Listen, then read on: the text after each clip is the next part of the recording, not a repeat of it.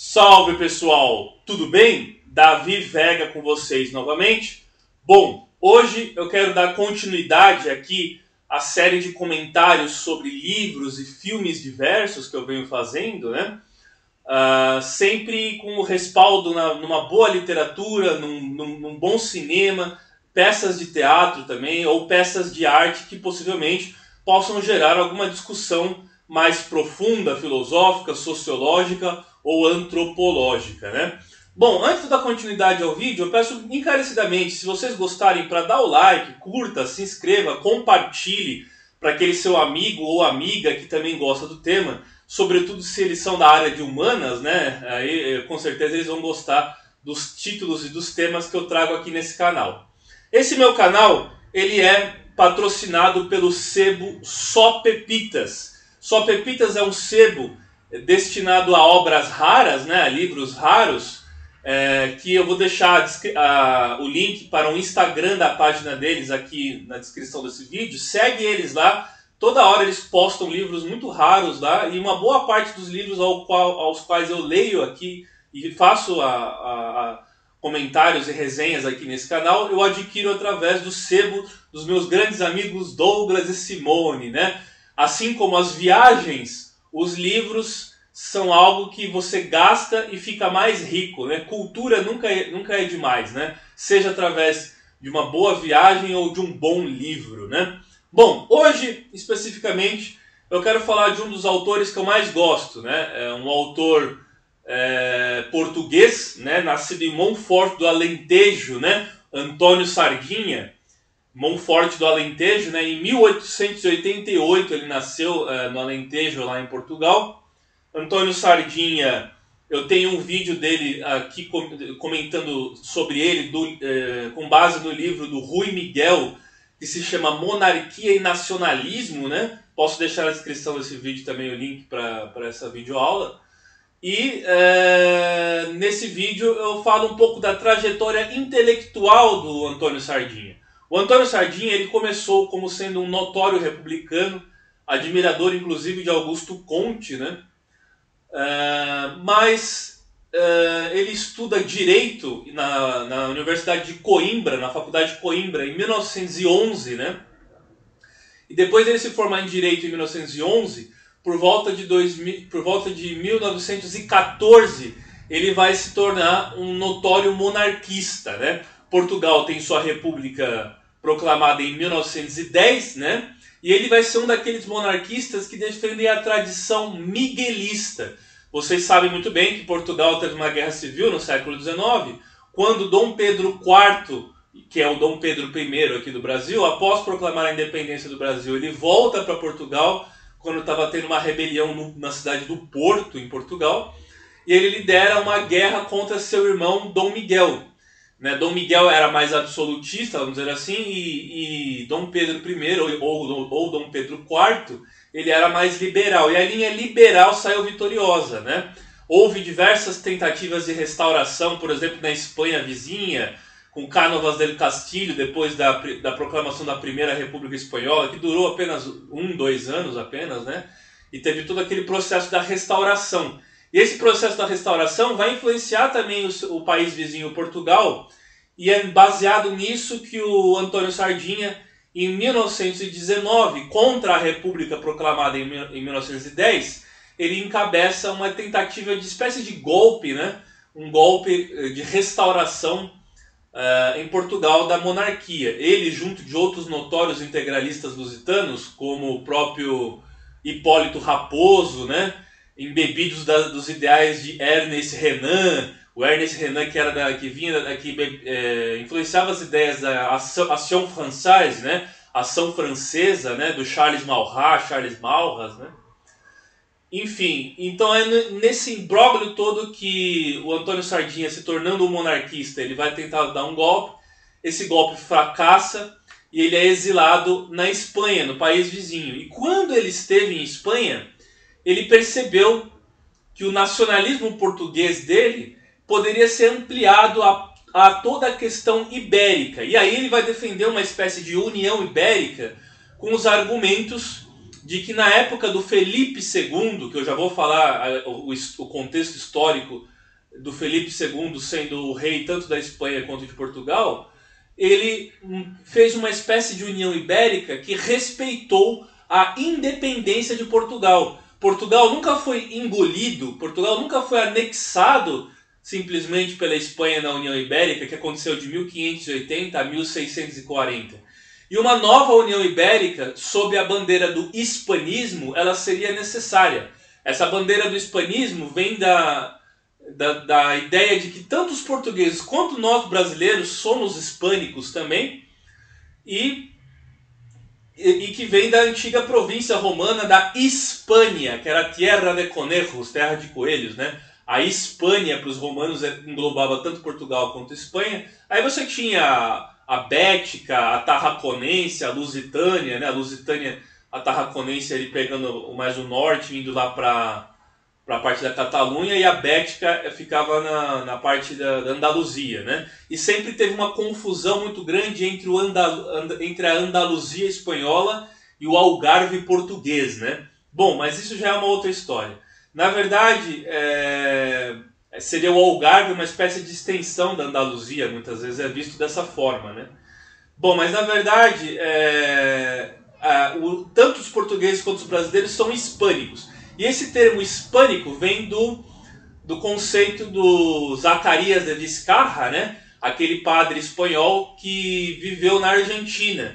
E ele vai ser difundido pelo Ramiro de Maeztu, que escreveu esse livro aqui, La Defensa de la Hispanidad, A Defesa da Hispanidade, um livro clássico que vocês devem ler se vocês querem saber sobre esse tema, um livro muito bom, onde ele fala inclusive do Brasil e não só de Portugal, mas também do Brasil. Ele menciona até os bandeirantes paulistas em certo momento, falando que o Brasil e a América Lusitana também faz parte da hispanidade, né? E ele prefaciou, o Ramiro de Maeztu prefaciou essa edição do Antônio Sardinha. E o Antônio Sardinha exerceu uma enorme influência no Ramiro de Maeztu, né? O Ramiro de Maeztu tem uma influência muito grande do Antônio Sardinha. Nesse livro aqui, ele vai deixar claro algumas questões, como, por exemplo, a falsa ideia de que o iberismo defendido pela Aliança Peninsular do Antônio Sardinha seria a mesma ideia da Federação Ibérica. Muitos trazem essa ideia da Federação Ibérica, mas não necessariamente ele defende isso, né? Ele vai usar o argumento também de que teria uma espécie de projeto de dividir a Península Ibérica federativamente, né? A Galícia, a Bética, que seria o sul, Andaluzia, a Castilha, Aragão e tudo mais, mas essa divisão dessa Federação Ibérica não seria algo muito ideal. O que seria mais ideal seria uma união monárquica, mas isso é um grande empecilho, essa união monárquica, porque Portugal é uma república, né? Até hoje Portugal é uma república e a Espanha é uma monarquia constitucional. Então como você vai fazer essa união? É muito complicado, e aí ele defende um regresso da monarquia portuguesa e que essa monarquia tenha uma imbricação, tenha uma espécie de união das coroas com a vizinha Espanha, né? Bom, ele vai falar tanto da Espanha quanto Portugal quinhentista, e esse é uma espécie de ideologia que é o quinhentismo, porque se completou 500 anos da chegada às Américas, né, por Cristóvão Colombo em 1992, completou 500 anos, né? E já no início do século XX se falava desse quinhentismo que estava caminhando para esses 5 séculos de presença na América, né? E tanto Portugal quanto Espanha teriam um empreendimento muito particular, diferente do que o Chesterton até chama na história da Inglaterra. E ele fala no início do livro do Chesterton, né? Quando conta a história da Inglaterra, e a nossa América hispânica, ela tem uma peculiaridade de conquista e de colonização muito diferente da América anglo-saxônica, né? Ele vai falar também desse conceito de Portugal e Espanha sendo primordial na reconquista, a reconquista espanhola sendo primordial para impedir a islamização da Europa, e é um projeto de cristandade. Esse projeto da cristandade que levou que teve sua continuação com os jesuítas aqui na América, por exemplo. Então começa um processo de reconquista na Europa, a partir da Batalha das Navas de Tolosa, 1212, né, Las Navas de Tolosa, que foi em Jaén, né? E muito antes também, desde Covadonga do Dom Pelayo também, o El Cid, todas essas guerras de reconquistas, elas vão ter uma continuação na América, e Portugal e Espanha são responsáveis pela grande evangelização do mundo, né? E essa evangelização do mundo foi graças a esse empreendimento, quando em 1494 Portugal e Espanha, através do Tratado de Tordesilhas, dividiram o mundo, né? Bom, e aí ele vai falar que eles são a nação mais ocidental, embora tenha uma presença muito grande oriental dos mouros, eles são a nação mais ocidental de toda a Europa.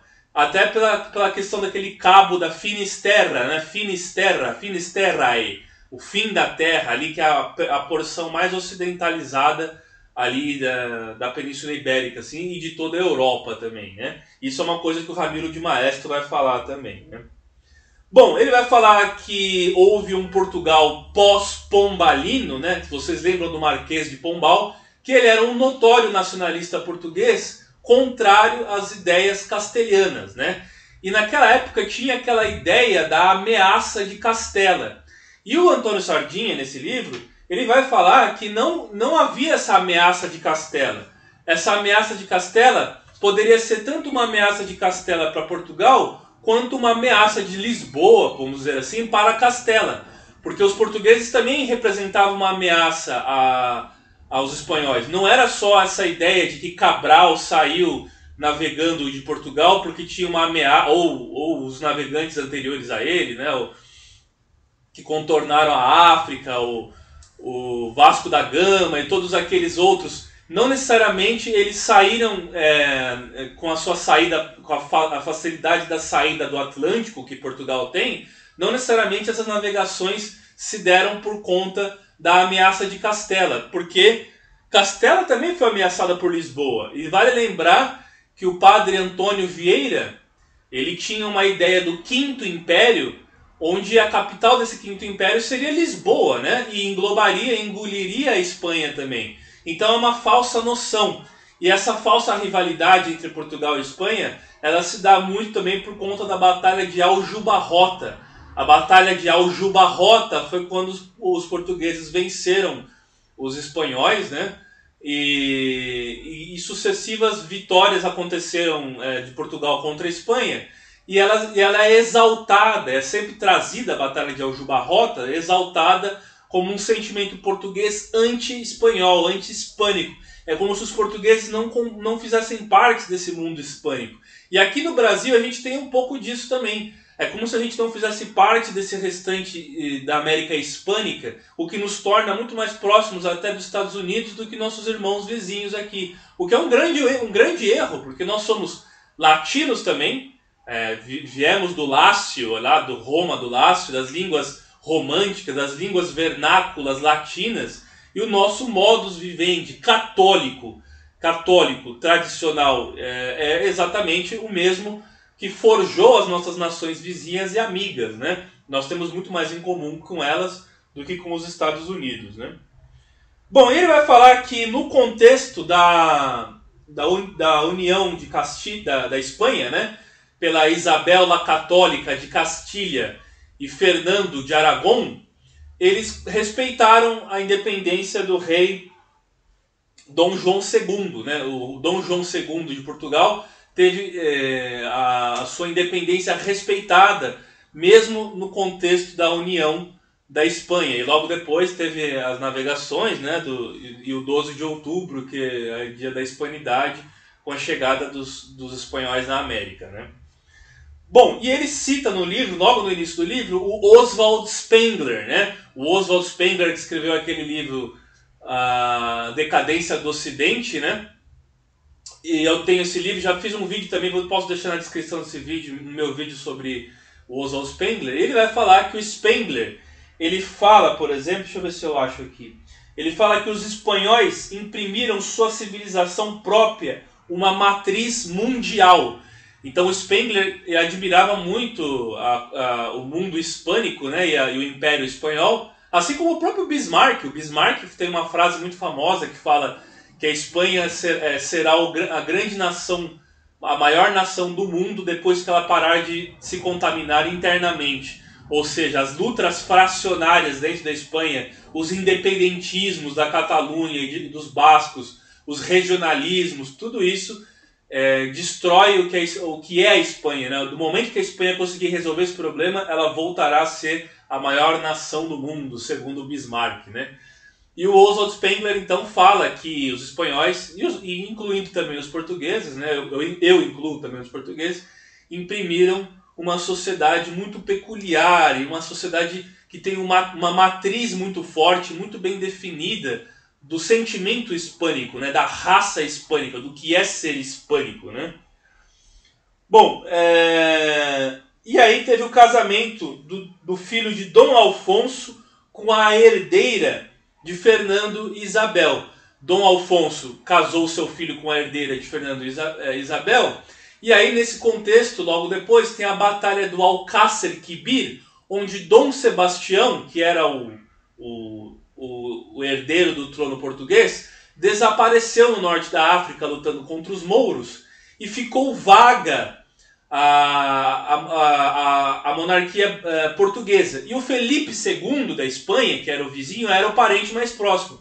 Então aí que se deu o contexto da União Ibérica, né? O Dom Sebastião ele desapareceu em África e então Portugal e o Brasil, por consequência, e as outras colônias portuguesas acabaram fazendo parte do Império Espanhol do Felipe II. E aí ele vai falar que tem uma espécie de dialética.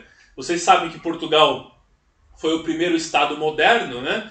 Teve a dinastia de Avis, e aí nesse contexto ficou uma espécie de dialética entre os ideais da dinastia de Avis com os Áustrias da Espanha, porque a Espanha era do Império dos Habsburgos. Os Áustrias seria o grande Carlos V, né? Primeiro de Espanha e quinto de Alemanha, né?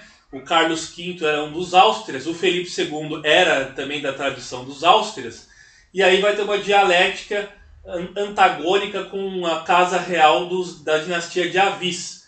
Então você vai ter o Felipe II, o Felipe III e o Felipe IV. Então a União Ibérica vai até o Felipe IV, né? Bom, da mesma maneira que ele cita o Spengler, né? Ele vai falar que cada povo imprime uma característica muito peculiar de sua cultura. Ele vai falar que os ingleses estão associados à riqueza e os prussianos, né, estão associados ao dever, que são os modernos alemães, né? Essa questão do dever prussiano e tudo mais. E essa questão do indivíduo, ela não é muito forte no mundo hispânico. Ao invés de você ter indivíduos, você tem pessoas. Então, quando você tira a categoria de indivíduo para a pessoa, você faz uma espécie de universalismo. Porque uma pessoa, ela pode ser pessoa no Brasil, na Argentina, na Colômbia, em Portugal, na Espanha, na Rússia, na China, na Índia, em qualquer lugar. É a noção de pessoa. E talvez é por isso que até o próprio Ramiro de Maeztu começa esse livro dele falando: em um breve tempo, negros, indígenas e brancos se fazem irmãos em Cristo. Um vasto processo de mestiçagem está ocorrendo desde já e assim continuará. Ou seja, a mestiçagem que acontecia na América Hispânica, ela faz com que traga uma tolerância maior. Não tem, por exemplo, na nossa tradição, apartheids, leis de segregação, como aconteceu nos Estados Unidos e na África do Sul, né? E o mestiço sendo uma raça cósmica, que é essa raça cósmica que até mesmo José Vasconcelos, o mexicano, o autor mexicano fala, né, que nós somos uma raça cósmica. Essa raça cósmica traz uma tolerância maior. E aí, inclusive, é uma coisa que o Ramiro de Maeztu fala também.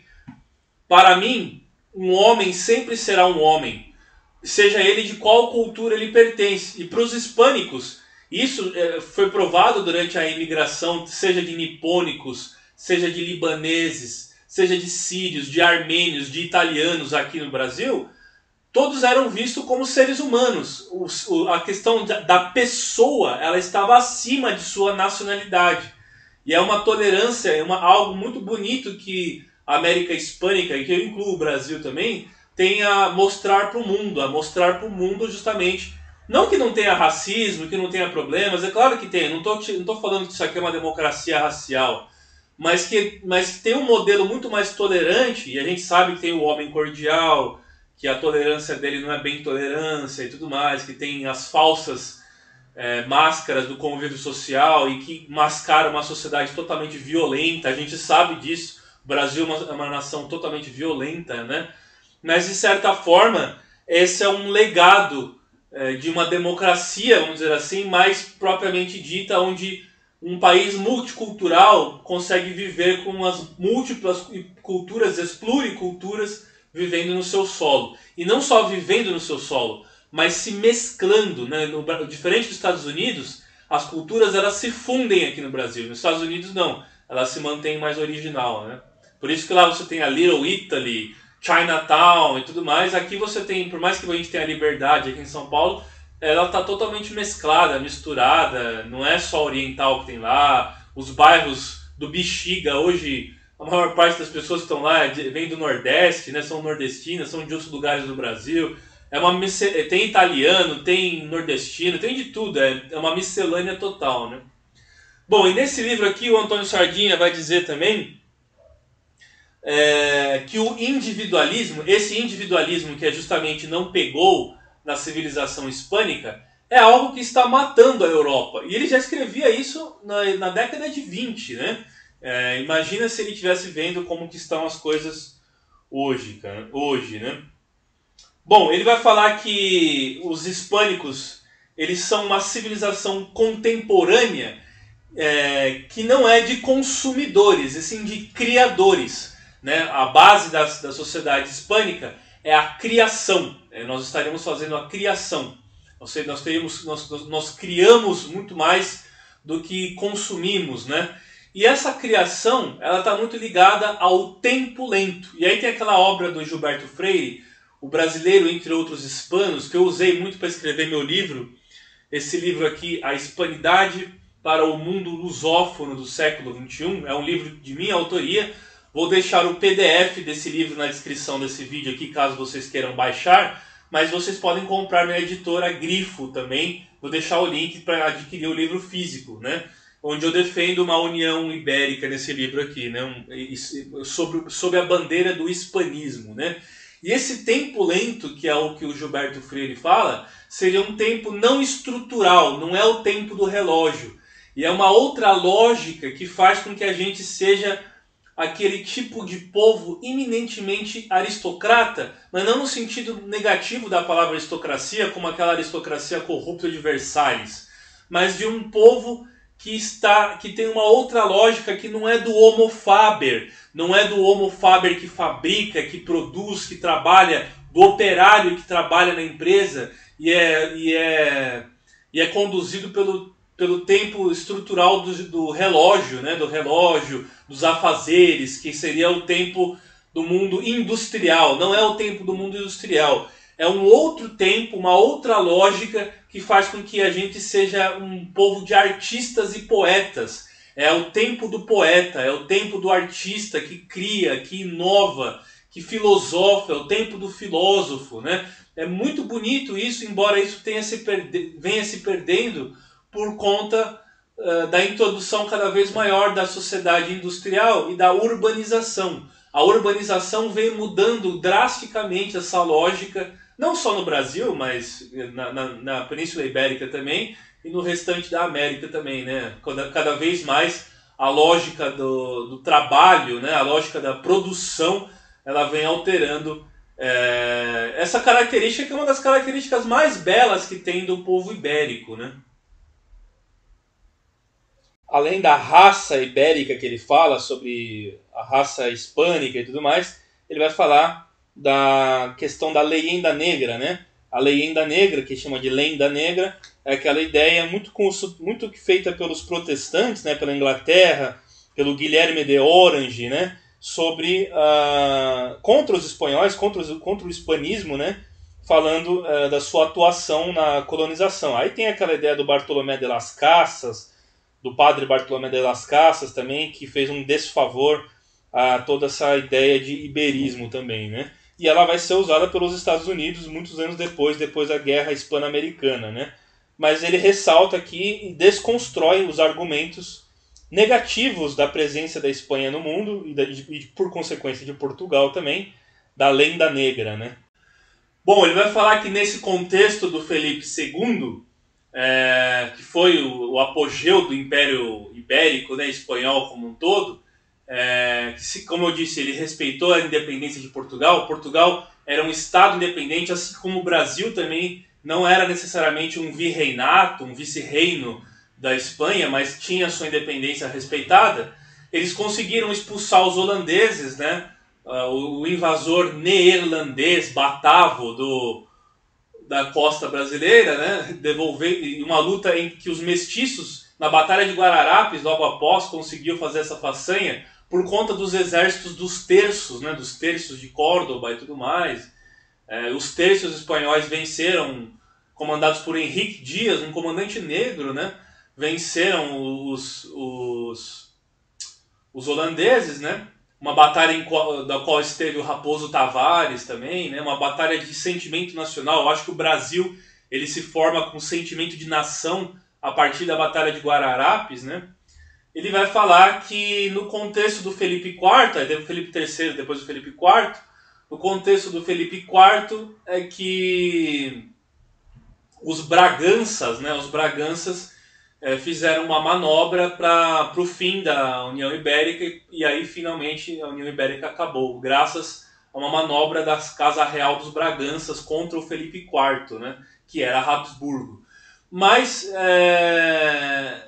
vale lembrar que o legado dessa União Ibérica é defendido por muitos aqueles lá do lado da Espanha, né, era até um dos ideais franquistas, a anexação de Portugal.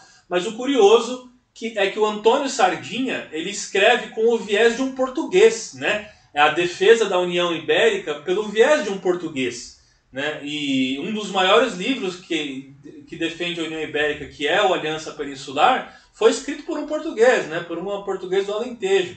Então isso é uma coisa que é muito simbólica para provar que não é só os espanhóis com a ameaça de Castela que querem engolir Portugal, né?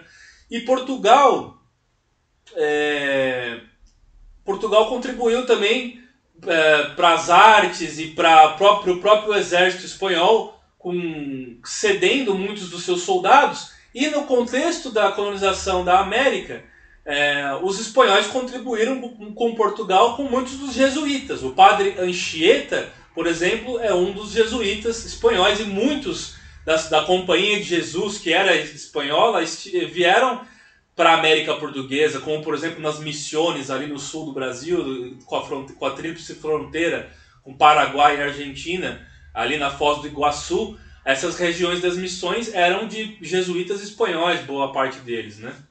Bom, o Antônio Sardinha vai falar de diversos temas, não tem como falar de todos aqui, mas ele reserva um capítulo, que é o capítulo que eu mais gostei, que é o sebastianismo e o quixotismo, onde ele vai falar do Dom Sebastião e essa ideia do sebastianismo, por ele ter desaparecido no norte da África lutando, é a ideia de que Dom Sebastião vai voltar, e aí tem essa questão messiânica, que é diferente do messianismo brasileiro. O messianismo brasileiro está muito ligado ao Antônio Conselheiro, mas o Antônio Conselheiro não é alguém que vem do horizonte para salvar a terra. Ele está lá, ele é um líder messiânico, agregou muitas pessoas que seguiu ele, mas o messianismo do sebastianismo é a volta de alguém que não está presente, é a volta de alguém que viria pelo horizonte para salvar aquela nação, né?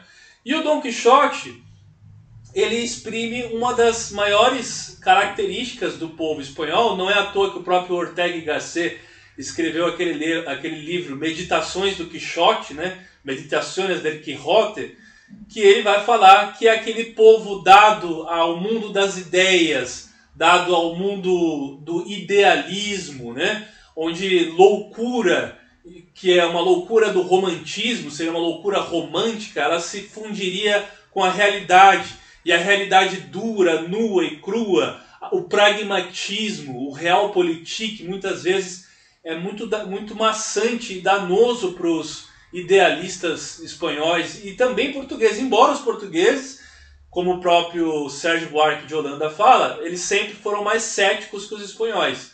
Né? Os portugueses teriam um ceticismo maior, até pela própria forma de colonização da América, do Brasil, do que os espanhóis. Os espanhóis tinham as lendas de El Dorado, de cidades de ouro, de fontes da juventude, né? Em busca da fonte da juventude, o Ponce de León, né? Na Flórida e tal. E isso não eram coisas que existiam na América Portuguesa, por exemplo.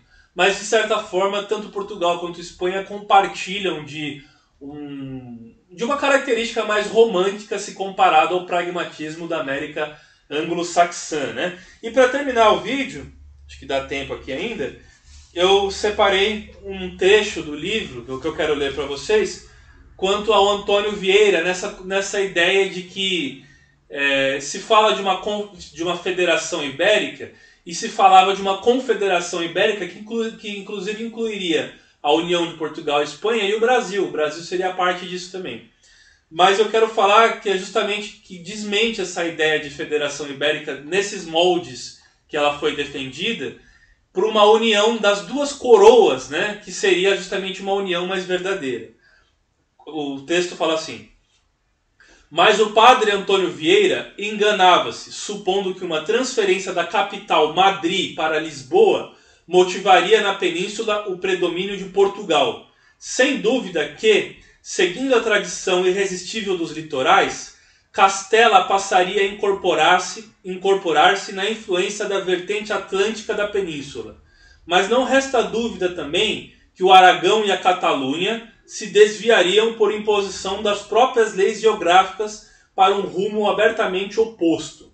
Porque, relacionando os fatos com suas causas, que os determinam e concatenam, teremos de reconhecer que a hegemonia de Castela na península terminou com a Batalha de Toro. Toro foi uma outra batalha também, Toro, assim como a Aljubarrota também, né? Se o partido de Dom Juan ali tivesse vencido, Castela andaria hoje unida a Portugal, abalando então conosco a conquista do Império das Águas.